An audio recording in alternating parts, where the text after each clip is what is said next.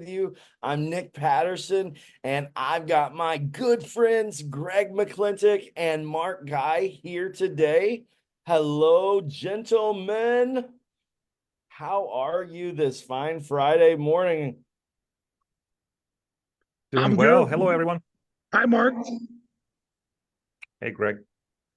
Yeah, so Greg, you were just telling us a bit about your week there, and I want you to do that here in a second. Mark, tell us what you've been up to this week. It's the little things make Yes, the sir. big things. No matter what you do it with love. If you are fixing some things around the house, do it with love. If you're cooking a meal for the people you love, do it with love. If you are teaching a child, do it with love. And I think we forget it. We forget it. We want to rush through things. We want to get to the next thing. And I say it's the biggest mistake there is. Oh, Do everything with love, and yes. and that will only grow. That's the thing I have to say. Awesome. What about you, Greg? Tell us about what you've been up to, buddy. Well, you got to be intentional. You see a bingo board behind me. I'm in small town Portsmouth, Ohio, in Appalachia. I'm the Kentucky, Ohio, West Virginia Union. And I'm out doing a job right now. I'm live on the stripper, my company. We're help finishing a bathroom floor. The board you see behind me is from the 14th Street Community Action Center. It's a bingo board right in the middle of poverty, right across the street from an old bowling alley and a liquor store and subsidized housing. They've made this beautiful venue into a bingo hall where people can come 2 days a week. The rest of the week is computer training for kids and junior high and single moms, just all the community stuff. I like what Mark just said. If you're going to do something, do it with intent, and the intent is to love. And so I get called in to do a job I get paid for by a big organization that's trying to love the broken in their own area. They don't get any better than that. They, Sounds they like they call it are war. trying to encourage people. The art of encouragement takes on many different forms, Does it? community, organizational, or individual. Absolutely. Absolutely. When we care for each other with love, there's a big difference. People see it. People see if we're putting on the hat or if it's coming from our heart. And I think that if we think about it, people always say, do things from your heart, right, Mark? But sometimes they're only doing it from their head. And people can tell when we're genuine, when we're not genuine. And here's the thing, guys, everyone has their day. Everyone has a day where they just drop the ball, and I want to encourage you. Maybe you've blown it. Maybe you haven't been nice. Maybe you haven't encouraged. Think about your encouragement meaning even more. Think about that. If you aren't a person that with intent loves others through encouragement, and you say, that's what I'm going to start doing, people are going to notice that from you more than anyone else, and your impact will have a greater lasting effect on someone if they see you make that intentional choice to shine light and love with the world around them. That's what they're going to experience. That's what then you can be the catalyst for them.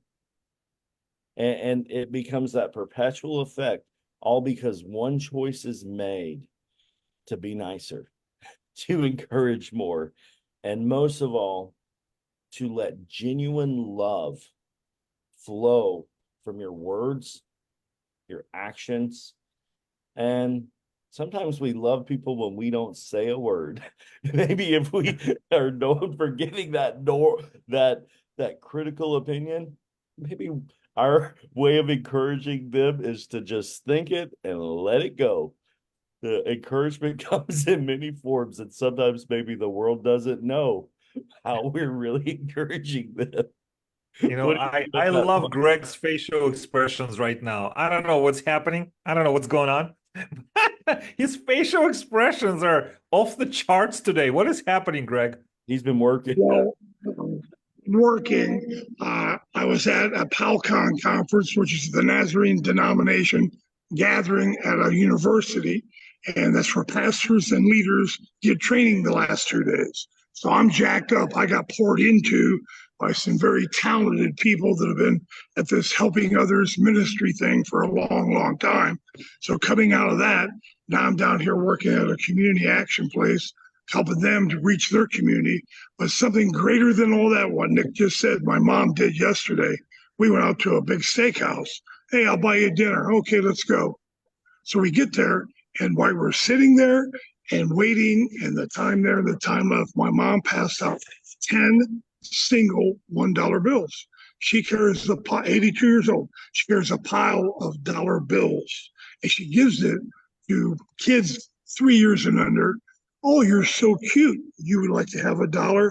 And the kid comes forward and they waddle around, boy or girl, they're bashful or they laugh and they skip along, and the parents say, that's very nice. Oh, I've had many children and I have many grandchildren. So something simple like that. My mom just turned a whole busy restaurant into a conversation with about 5 different couples over a 2-hour window period of time on $1. You can't even do that with $1 unless you're intentional and your love is trying to change someone else circumstance. You know, they got kids, they got this. Who knows what they got going on in life? But it's Greg, you very mean your encouraging. mom isn't shy? I thought, knowing you, that your mom would be really, really shy. I'm nothing like my father, apparently. My mom says that we talk, even when I was in Florida, we'd call long distance, I'd have to call collect. One calls for me, one calls for her, so we don't overtalk each other. But yeah, she speaks without saying a word. St. Augustine. She gave out $1 here, but she's been doing it for years. I'm going to start following her with a bag. How many dollar bills? No, but see, then I'm looking at myself. There's a retirement. Early retirement. Awesome. Well, Mark, how do you, in intersecting with people outside of your circle, when you're just out and about, how do you go about encouraging strangers? You know, I think there's a situational awareness, right? Situational awareness. And I have had conversations with someone this week. Why pray? How do we pray? What's the purpose of prayer? How to do it? How often to do it? When not to do it? What to say? What to pray about? You know, all of those things. And you know, there's different religions. There's different faith, different beliefs around the world. There really is. And as you know, I am always on the move and always speaking with different confessions. And you know, I say, well, I pray for, let's say, for children of my coworker. I pray for the parents of my business partner. I pray for the relatives of you know, somebody I barely know. And they say, why do you do that? And I say, I do it for my soul. I do it for my soul because it actually helps me, how should I say, not train my soul, but to sculpt my soul in while I'm here on earth. And this is a daily practice that I do. And that helps me when I leave the house. When I leave the house, I do pray a lot. And a lot of people don't know, you know, like how to pray even. And I know this is not faith-based podcast, but this is important. Everyone has their own spiritual practice. Like, for example, I have a client who is, you know, very spiritual, and hers from, you know, Eastern tradition from different parts of Asia, and she speaks with the spirit. You know, she let the spirit guide her. And I said, you know, speak more about this, your spiritual side, because life is spiritual. We don't have to hide it, and I don't think we have to run away from it. So spirituality has been big topic of discussion in my circle today, this week. Absolutely. And don't you think it goes back to what I think the heart of today's podcast is? And that's being intentional. You said ahead of time, you intentionally pray for those around you and in your circle because it's good for your soul. It's also something that doesn't happen by chance. You start your days or with that prayer before you leave, is what you shared earlier.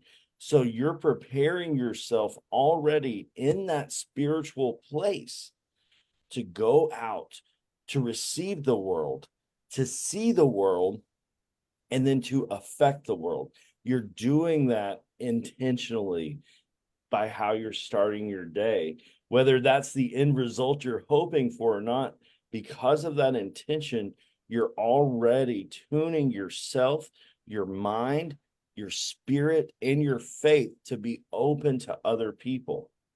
Like we were saying, with those that don't do it at all and they make that conscious choice, I am going to be different. I am going to encourage instead of tear down. I am going to show love instead of being indifferent. And indifference is what I see the most of. Of course, we're polarized politically, but I see indifference as being the heart of our issue globally. Because as we become so connected, we take a step back and we decide where we actually will connect. And we think those aren't my people, those are those people. And if we can break down those barriers before we enter the world each day, amazing things happen. I know that when I don't start my day in prayer, when I don't have, one of the things I'll share that I do intentionally, I learned from the community of Taizé in France. And one of my daily spiritual practices is intentional silence. Intentional silence, where there's nothing else around. And that can be the most difficult, but to where you listen. Prayer is a conversation. We give our requests to our Creator, and then we have to take time to listen without our internal dialogue going a million miles a minute. We have to be at peace, and we have to allow the Spirit to speak. So, absolutely. Greg, what do you think about all this? Well, I was kind of intimidated when I went to this pastors conference. There's pastors from all over the country. They've been doing it 30, 40 years. They're successful. There's college professors there, and PhDs, and the power speakers are just over the top, just unbelievably gifted, talented, and the material they were talking about. And it all comes down to one thing. I sat there intentionally for 2 days, pretty much a day and a half, and was remained quiet, intentionally done by me. I fought loneliness. I fought, am I failing someone? I thought all kind of crazy things, because for me to unplug and just to listen with intent is a big hurdle for me, and it's something I want to do more of because of all the success it brings. But back to the prayer thing. I've been in some terrible situations. If I start my day off, God, lead me today across the path of the one that you would have me to help for you. Learned it years ago. That's got to be 25 years old. But I practiced that simple, childlike prayer, and amazing things. The people that would come up to you and ask you a question, or if I got a flat tire, I'm not looking at the tire. I'm looking around, who am I supposed to talk to? It changes my whole focus versus just going through life and bumbling along. The days I do not do that with intention, I have the peak of my frustration, the peak of I'm absolutely exhausted about my personal drive. Am I failing? I can't live life on a decent circumstance and relationship with people because I'm out of energy. Well, when I pray, I don't need energy, then I just let it come to me. Life has harmony, harmony with the universe, spiritual indeed. Mark? I'm just such a great meeting we have, such a great meeting of the minds. There's always this symphony, right? We always connect. And I think it's because I look forward to this podcast every week. I really do. Absolutely. Some people think, oh, it's just like-minded people drawing notes, comparing activities of the week. But this is so much more. This is a conversation of the souls. It really is. So I'm just happy. Right. And you think about, yes, there are places where all three of us, where we connect, but there's so many places in our lives with the various things we do that have nothing to do with our public speaking, that have to do with our business and that sort of thing and encouragement, but it all goes back to it. It all leads back to this being our center.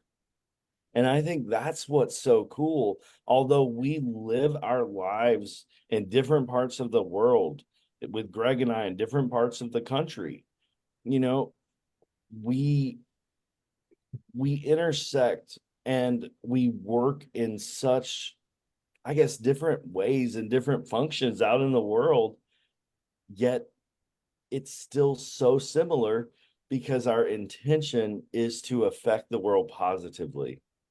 Absolutely.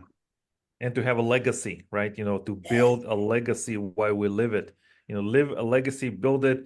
What's interesting is that sometimes you can be so sure and so certain of your viewpoint, and then you like, okay, I'm gonna listen. All right. Well, I don't agree with this, but I'm gonna listen. Okay, fine. I'm gonna listen a little more. Oh my goodness, this is torture, but I'm gonna listen.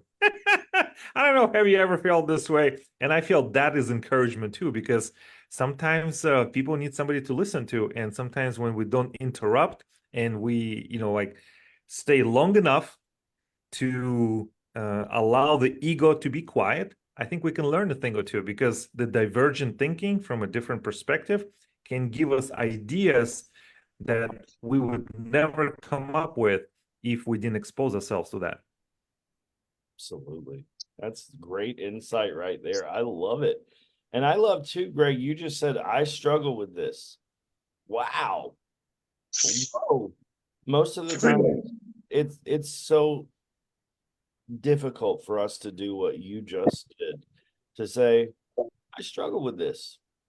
I'm not there yet. We want to give this illusion, that we've got all the answers and we're all together. You guys know me. I am not all together and I do not have all the answers. I know the one that does. And I'm constantly walking on that journey, but altogether, absolutely not. I don't know if you guys have followed my Facebook posts this week or not, but I want to make an observation. I have. I wanted to make an observation here. I did a post yesterday as a test, and I did a silly dance and I did those things. If you haven't seen it, check out my profile, go watch it. You'll laugh, but it was a test. I put my heart into this music all the time, and I try and have nice arrangements to share and that sort of thing. And I wanted to see, will people connect with my spirit and my energy in a little ditty more than they will my piano playing and, my craft? And they did. I got more interaction from that little ditty yesterday. It was an 11-second clip instead of a 3 or 4 minute masterpiece. And so many more people interacted with that light encouragement. And all I said is, fat man dancing. Oh, yeah. Life's too short. Oh, yeah. And there were 3 phrases I said, but I just danced a little bit. I received phone calls. I received texts. That made my day. I was having a bad day. It's amazing what speaks to people. And that was my test. It wasn't, oh, if I play the piano, people don't like it. And it was, what do people connect with most? And that was just eye-opening to me, that they get more out of my little dancing and just having fun. than they do It music, and that's such a lesson to me. I watched it, Nick. I watched it not once, not twice, but several times. I was like, who is this man? And what is he doing? Where does he have the gumption to do this? What in the move in this way? And it felt like a silly thing, but Yeah, it was so genuine. And I'm thinking like, well, Nick, I think it's good thing we're gonna see each other tomorrow. No, it was amazing. It was amazing. I really loved it. Really loved it. I appreciate that. And I think being able to share that here too with you guys, hey, this is what I was kind of doing. I want to see what really connects with people. Because if we want to encourage people, if we want to love people intentionally, we can't blame them for their practices, for what they're doing online. If in a 12-second, 15-second, or yesterday 11-second clip, I can make more of an impact than sharing, music, and I'm still always going to do that. But if I can turn people's day around the way I know happened yesterday with me just having fun while I was, and I'll be honest, at that point, I was delayed. We were picking up donations for my nonprofit, the Storm Foundation. And, the guys were up in the upper level, just had that surgery. I'm frustrated. I said, I'm going to turn this frown upside down and I'm going to do that test I'd been thinking about doing. It was just from that place of, I don't want to be frustrated. I'll bet other people are frustrated. I've been wanting to do this, test for social media. It's the perfect time to do it. So I did it. You know me, um I don't mince words there. I just kind of play around, but that's it. And Mark, I see you're gonna have to go a little bit early today. We are so appreciative of you and the impact you have on our lives. And thank you so much for all you do, and keep on sharing that love intentionally with everyone you meet, Mark. Thank you for being here. Okay. So Mark's gone. Greg, it's just you and I for the next couple of minutes here. What do I you love want being, to say? What do you want well, to say? I was really thinking and listening as most people are when you're talking because you're so captivating and you're vulnerable and you're honest and you just put it right out there what you're thinking. People, I believe, in our dark society today, or around the world, excuse me, um, it's not traditional living anymore. It's different when we were kids. All that aside, people are looking for a reason to laugh. People are looking for the happy person in the crowd.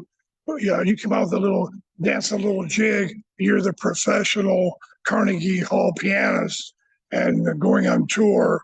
Uh, well, if he can do it, I can do it. I don't know what they were thinking, but the response makes you wonder if people are just not looking for a platform to join. I walked around the university in Mount Vernon this past couple of days. Everybody across the country for a week last week had that 100-degree weather. We woke up one morning, it was 65 degrees, sunshine, blue sky, trees and cornfields everywhere. And everywhere I went, isn't this weather incredible? And people just start complimenting the weather back just to have something positive to talk about and just enjoy and focus intentionally with love. But people are, I believe, your little jig dancing proves, at least in part, that people are looking for some positive place to pile on. Are we willing to be leadership in the art of encouragement with or without podcasts, just living our life in a happy fashion? It inspires people. It's infectious. It certainly is infectious. Absolutely. I appreciate that. I really do, Greg. And I see you and your energy also being so infectious. I see you building a legacy right now. And I know it may not feel like it because you're there in it, but from an outsider's perspective, I see you creating legacy in your community. And I'm so proud of you. I'm proud of you for working hard. You're there right now, working hard, and you're learning. You talk about how you have the issue speaking, but I want to share this with you. A lot of people that only want to hear themselves talk, which is not you, will never submit themselves to learning. And you're always learning, Greg. You're always putting yourself in a place where you can get more. I saw it years ago. I see it now. So I appreciate your curiosity. I made that agreement with myself when I was 11 or 12 on Mama Cat's front porch in the swing. I remember where I was when I made the commitment that I was never going to grow up. I was always going to be curious. I was always going to learn.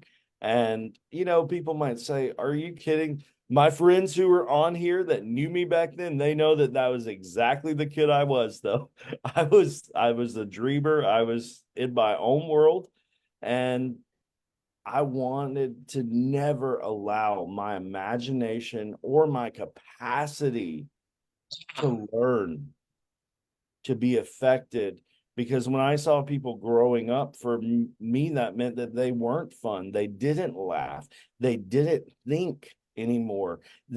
Once they, did the thing where they graduated school, either they went to trade school or college, or they began working immediately. They got married, they had children, and then they died. That's Right. the progression I saw, and it worried the heck out of me because I didn't want to lose my laughter. I didn't want to lose my curiosity. And I see that in you. And I'm so glad to see that kindred spirit. Of course, Mark has it as well.